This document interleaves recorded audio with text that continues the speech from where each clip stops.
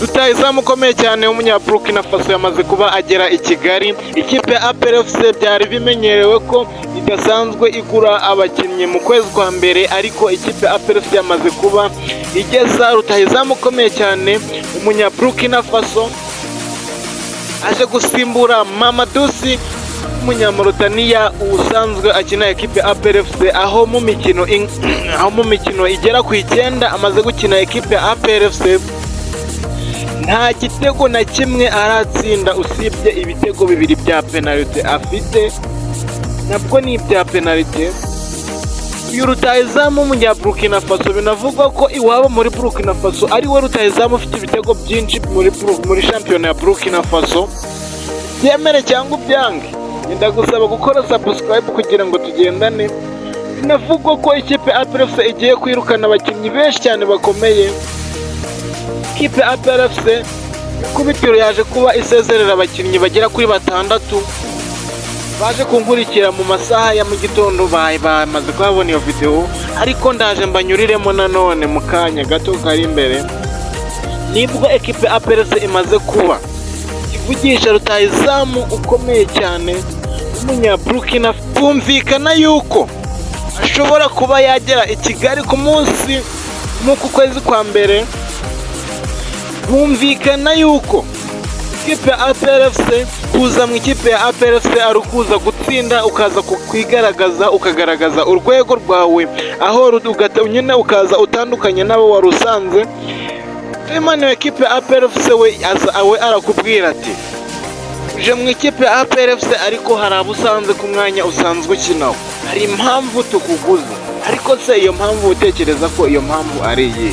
Niyo mpamvu ikipe ya APR FC yamaze kuba, niyo mpamvu ekipe ya APR FC yaje kuba izana uyu rutahizamu. Urutahizamu rero biravugwa ko ashobora kuzagera mu gihugu cyo, ashobora kuzasinyira ekipe ya APR FC mu kwezi kwa mbere tariki 27. Aya makuru tuyakesha umunyamakuru ukomeye cyane bamwita Mike Junior, ni umunyamakuru utangaza inkuru za ndani. Ariko hari n'umuyobozi mukuru twavuganye aza kuba adukonfirma, atwemeza yuko aya makuru ariyo, atubwira ko abanyamakuru tutarimo kwibesha, ariko nibyo. Kandi yewe rero njya nkuha amakuru gashaka kuyagira amakuru yapinga, oya aya makuru niyo yizere, ntushake ufate agapapuro wandika ahantu. Ahubwo reka tutaragera kure, kamanze mbacire mu bakinnyi ekipe APR FC yaje kuba isezerera ku ikubitiro, ntabwo baragenda, ariko ekipe APR FC yamaze kuba ibamenyesha ko itazabakenera muri sezo itaha guhera mu kwezi kwa mbere kuzamura. Harimo abakinnyi biganjemo abanyamahanga. Ikubitiro uwasohoye mbere bamwita Apambemo Asongwe. Asongwe yamaze kuba agenda rwose, yamaze kuba asezererwa. Nanone wa kabiri ni umukinnyi bakunze kwita Richmond Lamptey. Lamptey ni umunyagana. Lamptey ntago tuzi icyo yazize, ariko se Lamptey njye nabonye azi umupira, nuko nyine wenda hari ibyo byamwikipe bikanga, ariko Lamptey azi umupira pe. Rutahizamu ukomeye cyane Mamadou Sy, ikipe APR FC yamaze gusinyisha rutahizamu umunyarwanda bamwita Nshuti Innocent. Niyo mpamvu ishaka kuba yasezerera rutahizamu Mamadou Sy kugira ngo itaba yanagongwa n'umubare w'abanyamahanga, noneho ikaba yamanukana rutahizamu w'umunyaburkina Faso kugira ngo azahanganire umwanya na Nshuti Innocent, kugira ngo ekipe APR FC ize kuba yaba ari ekipe ikomeye muri round itaha, kugira ngo babe bayifasha gutwara igikombe cya shampiyona, dore ko ekipe ya Rayon Sport muteba wa APR FC ibihe byose ubu ngubu ayoboye ishampiyona y'u Rwanda, ariko Rayon Sport ari ku mwanya wa mbere n'amanota 33, mu gihe APR FC iri ku mwanya wa kabiri n'amanota 25 n'ikirarane kimwe. APR FC ifite ikirarane kimwe cya Musanze FC izakina mu kwezi kwa mbere. Binavugwa ko nanone, reka nkomeze mbabwire abakinnyi bamaze kuba babwirwa ko batazifashishwa, batazakenerwa mu ikipe ya APR FC.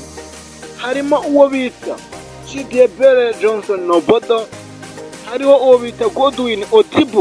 Uyu nguyu yamaze kuba abwirwa ko agomba gutaha iwabo muri Nigeria. Hariho uwo bita Victor Mboma Chukwemeka, imvune za buri kanya, imvune za buri munsi, kumushyira mu kibuga akaza agahagararamo nk'irobo. Umutoza Darikonovic yavuze ko rwose atazamukenera, ariko nanone hari andi makuru avugwa ko ekipe ya APR FC ishobora kuba yashaka undi mutoza ukomeye cyane, akaba yaza gusimbura uwo bita Darikonovic. Uwo mutoza namaze kuba ngo ku izina rye, uze kukugendana nanjye, uze kumva iyi video paka irangiye. Uwo mutoza nuko nzi ko yigeze kuba yatozaho mu karere hano ka Afurika no mu bihugu twegeranye. Uze kugendana nanjye step by step. Ikipe ya APR FC hari n'undi mukinnyi yari mu biganiro, ugomba kuza agahanganira umwanya na Mugisha Gilbert. Uwo mukinnyi urakeka ari inde? Ba hafi dukomeze kugendana step by step. Ngenda bakunda cyane, ujye ukora subscribe, ahasigaye nanjye ngutiyemo amakuru.